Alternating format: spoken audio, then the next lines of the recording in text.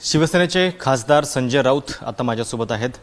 Sir, Congress प्रदेशाध्यक्षांनी आधी सोबळाचं विधान केलं, त्याच्यानंतर काल ते असं म्हणत होते की मुख्यमंत्री आणि उपमुख्यमंत्री पाळत ठेवतायत. काय चाललंय नेमकं त्यांच्या या विधानामुळे? महाविकास आघाडीमध्ये काही वेगळ्या गोष्टी सुरू आहेत? एक लक्षात घ्या की काँग्रेसचे अध्यक्ष जे आहेत नाना पटोले, त्यांनी जर त्यांच्या कार्यकर्त्यांच्या मेळाव्यात कार्यकर्त्यांना ऊर्जा देण्यासाठी किंवा पक्ष विस्तारासंदर्भात, पक्षवाढीसंदर्भात काही विधानं केली असतील तर त्याची इतकी दखल महाविकास आघाडीतल्या घटक पक्षाने घेण्याची गरज नाही. त्यांचा पक्ष आहे, स्वतंत्र पक्ष आहे. जसं काल माननीय शरद पवार साहेबांनी सांगितलं, फार सुंदर स्टेटमेंट आहे त्यांचं, की आम्ही सरकार एकत्र चालवतो, आम्ही 3 लोक पक्ष एकत्र चालवत नाही. प्रत्येकाचा पक्ष आपापल्या पद्धतीनं चालवत असतात. स्वबळाची भाषा जर त्यांनी केली असेल तर त्यांच्या पक्षाची ती भूमिका असेल. पण त्या सगळ्या गोष्टीसाठी आता भरपूर वेळ आहे, पुढे वेळ आहे. या क्षणी आम्ही सरकार चालवतो, आम्ही सरकारवर बोलतो. सर, नाना पटोले यांचं जे विधान होतं त्याच्यामध्ये ते असं म्हणतात की त्यांच्यावर पाळत ठेवली जाते मुख्यमंत्री आणि उपमुख्यमंत्र्यांच्याकडनं. हे बघा, एक व्यवस्था असते राजकारणामध्ये किंवा प्रशासनामध्ये. प्रमुख लोकांकडे काय चाललं आहे, काय नाही याची माहिती मुख्यमंत्र्यांना किंवा गृहमंत्र्यांना मी दिली जाते. मी त्या पक्षाचा आहे, एखाद्या शिवसेनेचा, तर त्याची माझी माहिती जात असेल गृहमंत्रालयाकडे, ज्यांना सुरक्षा व्यवस्था आहे एक विशिष्ट दर्जाची, जी अतिसुरक्षित व्यक्ती असते राजकारणातली किंवा अन्य, त्यांच्याविषयी माहिती नेहमी गोळा केली जाते की ज्यांना कोणापासून धोका आहे. आमच्यापासून धोका असू शकत नाही कोणाला, पण आम्हाला कोणापासून धोका आहे, की आमचं सुरक्षा व्यवस्था ठीक आहे की नाही, आम्ही काय करतो आहे काय नाही, या संदर्भात देशभरात माहिती घेतली जाते. अनेकदा तर परदेशी एजन्सीज असतात बरं का, त्यासुद्धा आपल्या देशातल्या प्रमुख नेत्यांची माहिती घेत असतात. मला माहिती आहे मागे सगळं प्रकरण समोर आलं होतं. नाना पटोले यांनी हे विधान बहुतेक वेगळ्या संदर्भात केलं असेल, किंवा नाना पटोले हे अति महत्त्वाची व्यक्ती असतील ज्यांच्यामुळे सरकारला धोका निर्माण झाला असं केंद्र सरकारला वाटत असेल त्यांच्या, की आमचं केंद्रातलं सरकार नाना पटोले पाडू शकतात, म्हणून केंद्र सरकार त्यांची माहिती घेत असेल. पण ठीक आहे, सोडून द्या. या पक्षांच्या पायाखालची वाळू सरकली अशा पद्धतीचं पण एक त्यांचं विधान होतं सोबळाच्या मुळे. की प्रत्येकाला असं वाटतं पक्ष आघाडीमध्ये की माझा पक्ष अधिक पुढे गेला पाहिजे. आता काँग्रेसचं सोडून द्या, आम्ही शिवसेना आणि भारतीय जनता पक्ष जेव्हा आम्ही एकत्र लढत होतो किंवा एकत्र काम करत होतो सरकारमध्ये, तेव्हा आम्हालाही वाटायचं की आमचा पक्ष हा अधिक पुढे गेला पाहिजे. त्यासाठी पक्ष बांधणी करण्याची गरज आहे, कार्यकर्त्यांना बळ दिलं पाहिजे. आणि भारतीय जनता पक्षाला तेव्हा असं वाटायचं की आम्ही जे आता सध्या नंबर 1 झालो आहे तो अमरपट्टा घेऊन आलेलो आहोत आणि आम्हीच नंबर 1 राहिलं पाहिजे. पण असं काय नसतं, लोक स्वीकारतात. तुम्ही जमिनीवर कशाप्रकारे काम करता त्याच्यावर पक्षाची भूमिका ठरत असते, पक्षाला किती स्वीकारता आपण काय. तर असं आहे की काँग्रेस पक्षाची अवस्था आपल्याला देशभरात सगळ्यांना माहिती आहे काय आहे ती. नाना पटोले हे आल्यापासून प्रदेश काँग्रेसचे अध्यक्ष म्हणून नक्कीच त्यांचा पक्ष चर्चेत आहे. पण तो कोणत्या कारणाने चर्चेत आहे, तर नाना पटोले जी विधानं करतात, ज्या भूमिका घेतात त्याच्यामुळे त्यांचा पक्ष चर्चेत आहे. पण शेवटी कार्यकर्त्यांना गावागावात ताकद द्यावी लागते पक्ष उभा करण्यासाठी आणि पक्ष वाढवण्यासाठी. आता त्यांनी त्या संदर्भात जर तयारी सुरू केली असेल त्यांच्या पक्षासाठी, त्याच्यावरती मी बोलणं किंवा अन्य दुसऱ्या घटक पक्षांनी बोलणं हे योग्य नाही. महाविकास आघाडीतला समतोल याच्यामुळे थोडासा बिघडतो असं वाटत नाही. हा समतोल जो आहे, हा समतोल राखण्याचं काम सोनिया गांधी, शरद पवार आणि उद्धव ठाकरे हे 3 प्रमुख नेते करत आहेत. त्यांच्यामध्ये कोणत्याही प्रकारचा असमतोल मला दिसत नाही. त्यामुळे नाना पटोले काही बोलत राहिले तरी सरकारला नाही, काही बोलत नाही आहेत ते, मी असं म्हणणार नाही ते काही बोलत आहेत. बघा, कार्यकर्त्यांच्या मेळाव्यात आम्ही सुद्धा जोशात बोलतो. अजितदादा पवार बोलत असेल, माननीय पवारसाहेब बोलत असतील किंवा इतर कोणी नेते बोलत असतील, आम्ही शिवसेनेचे आता दौरे जे करतो त्यात ते बोलतो आम्ही. पण त्याच्यावरती महाविकास आघाडीच्या सरकारवरती काय परिणाम होईल का, तर अजिबात नाही. केंद्रीय मंत्रिमंडळ विस्तारामध्ये मुंडे कुटुंबाला डावललं गेले आणि त्याच्यानंतर थोडीशी नाराजीची चर्चा सुरू आहे. जवळपास 76 तिथल्या पदाधिकाऱ्यांनी राजीनामा दिला आणि आज पंकजा मुंडे मुंबईत मेळावा करतायत. शिवसेनेचं या सगळ्या घडामोडींकडे लक्ष आहे का? विशेषतः एक मोठी बहीण म्हणून शिवसेनेनं कायम त्यांना पाहिलेलं आहे. बघा, मुंडे कुटुंबाशी माननीय उद्धव ठाकरे असतील किंवा ठाकरे परिवार असेल किंवा शिवसेना परिवाराशी नक्कीच एक जिव्हाळ्याचे संबंध राहिले. विशेषतः गोपीनाथराव मुंडे हे पक्षात जेव्हा होते, सर्व मोठे नेते, तरी अनेकदा त्यांच्यावरती असे प्रसंग आलेले आहेत. आपल्याला माहीत असेल की पक्षामध्ये अडगळीत टाकणं किंवा त्यांना विश्वासात न घेणं किंवा त्यांना त्रास देणं, त्याच्यामुळे अनेकदा गोपीनाथराव मुंडे साहेबांनी पण त्रागा केलेला आहे, स्वतःला मनाला यातना करून घेतलेल्या आहेत.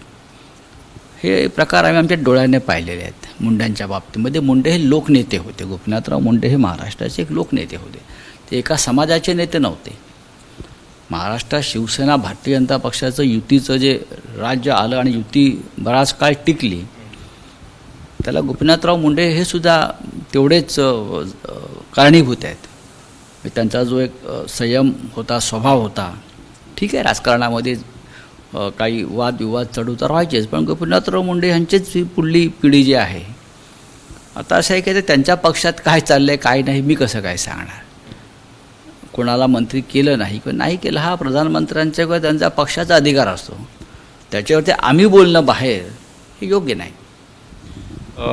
लोकसंख्या नियंत्रण कायद्याची खूप चर्चा अचानक सुरू झाली आहे. उत्तर प्रदेश सरकारने त्या संदर्भातलं एक धोरण तयार केलं आहे आणि असं म्हटलं जातं की देशपातळीवरती सुद्धा हा कायदा आणण्यासाठी प्रयत्न होऊ शकतात. आधी उत्तर प्रदेशमध्ये त्यांचं सरकार आहे, त्यांना करू द्या. देश पातळीवरती चर्चा व्हावी लागेल, संसदेमध्ये होईल किंवा बाहेर चर्चा करावी लागेल, लोकांची मतं घ्यावी लागतील. पण लोकसंख्या नियंत्रण हा एक महत्त्वाचा विषय गेल्या अनेक वर्षापासून या देशात चर्चेला आपण टाकलेला आहे. आणि समान नागरी कायदा हा त्यातलाच एक भाग आहे. कुटुंब नियोजन म्हणजे कुटुंब कल्याणाचाच भाग आहे. त्याच्यामुळे समान नागरी कायदा किंवा लोकसंख्या नियंत्रण कायदे हे त्यातले एक दुसऱ्याला पूरक आहेत. आणि त्याच्यावर जर सर्वोच्च दिल्लीच्या हायकोर्टानं एक सांगितलेलं आहे की ही योग्य वेळ आहे. आता ही जरी योग्य वेळ असली तरी त्या संदर्भात राष्ट्रीय स्तरावरती प्रमुख लोकांमध्ये चर्चा होणं गरजेचं आहे. याच्याशिवाय सध्या संसदेचं जे अधिवेशन चालू आहे त्या पार्श्वभूमीवरती शेतकऱ्यांनी परत एकदा इशारा दिलेला आहे की आम्ही या ठिकाणी येऊन बसू. पुन्हा एकदा हे सगळं आंदोलन वातावरण तापताना दिसते. नक्कीच शेतकऱ्यांच्या विषयात सरकारनं लक्ष घालणं गरजेचंच आहे. शेतकऱ्यांच्या मागण्यांसंदर्भात जरी केंद्र सरकारचे मतभेद असले काही, तरीही हजारो शेतकरी गेले वर्षभरापासून थंडी वारा पावसात उन्हामध्ये ज्या पद्धतीनं बसलेत रस्त्यावर, गाजीपूर बॉर्डर ज्याला आपण म्हणतो, तर सरकारनं अत्यंत मानवतावादी दृष्टिकोनातून या प्रश्नाकडे पाहणं गरजेचं आहे. एखादा कायदा रद्द झाला किंवा रद्द केला म्हणून तर सरकार कोसळत नाही. सरकारनं हा प्रतिष्ठेचा किंवा अहंकाराचा विषय करू नये. जसे शरद पवार म्हणालेत की हा कायदा तसा रद्द करता येणार नाही, कायद्यामध्ये काही चांगल्या गोष्टीसुद्धा असू शकतात. तरीही शेतकऱ्यांशी आधी चर्चा करायची असेल तर सरकारला एक पाऊल शेतकऱ्यांच्या भावना जपण्यासाठी मागे जायला हरकत नाही असं आम्ही कायम म्हणतो. महाराष्ट्रामध्ये 3 कृषी कायदे आपण नवीन करतो आहे, त्याच्यामध्ये सुद्धा आम्ही सगळ्यांशी चर्चा करून त्या कायद्याला आकार देत आहोत. पण केंद्राने जे कायदे केले आहेत, केंद्र जरी ठाम असलं त्या कायद्याशी, तरी एक पाऊल मागे येऊन चर्चा करा, शेतकऱ्यांना समजवण्याचा प्रयत्न करा. शेतकऱ्यांच्या भूमिका ज्या आहेत त्या काय देशविरोधी भूमिका नाही आहेत, त्या देशहिताच्याच भूमिका असतात. त्यांचं ऐकायला काहीच हरकत नाही. सहकाराच्या बाबतीत एक वेगळी हालचाल सुरू झालेली आहे. एकतर केंद्रामध्ये सहकार खातं निर्माण झालं आहे आणि दुसरीकडे कालच महाराष्ट्रातल्या जवळपास 42 सहकारी साखर कारखान्यांना ईडीची नोटीस आली आहे. सरकारच्या बाबतीत काही वेगळे प्रयत्न चालू आहेत कारखान्यांचे? बघा, आता ईडीच्या नोटिसा येणं किंवा CBIनी धाडी घालणं, त्याच्यामध्ये आता जर सहकार क्षेत्र मंत्री पडत असतील तर मला असं वाटतं की या देशामध्ये एक दहशतीचं वातावरण निर्माण होऊ शकेल. काल पवारसाहेबांनी एक बैठक घेतली साखर कारखाना महासंघाची, असं मी वाचलं. महाराष्ट्रासारख्या राज्यामध्ये जो शेतकरी टिकून आहे, जी ग्रामीण अर्थव्यवस्था टिकून आहे, ती सहकार क्षेत्राच्या योगदानामुळे आहे.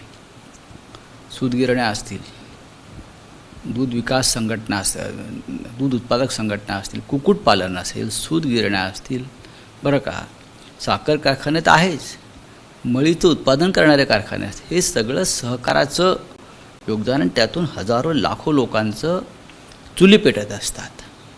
का प्रत्येक माणूस त्या क्षेत्रात हा काय सम्राट असतो असं नाही ना. या ग्रामीण भागामधील शिक्षण व्यवस्थासुद्धा सहकार क्षेत्रानंच उभी केलेली आहे. शाळा, कॉलेजं, महाविद्यालय, वैद्यकीय कॉलेजं, आणि त्यातून अगदी गावखेड्यापर्यंत मुलांना शिक्षणही मिळते, मुलांना मदत होते. आता हे सगळं सहकारातून घडल्यावर त्याच्यात कुठेतरी एखादं उणं असतं, कुठे नाही आहे ते. पण हे क्षेत्रच मोडायचं राजकीय स्वार्थासाठी, राजकीय फायद्यासाठी, हा विचार देशाला आत्मनिर्भर करणारा नाही तर आत्मघातकी पाऊल ठरेल. आणि मला खात्री आहे की नवीन सहकार मंत्री जे आहेत हे सहकार क्षेत्राला नवी दिशा द्यायचा प्रयत्न करतील, ताकद द्यायचा प्रयत्न करतील. तर उगाच त्याच्याविषयी शंका घेण्यात काय अर्थ नाही. हे होते खासदार संजय राऊत. कॅमेरामॅन वेद पांडेसह प्रशांत कदम, ABP माझा, नवी दिल्ली. ABP माझा, उघडा डोळे बघा नीट.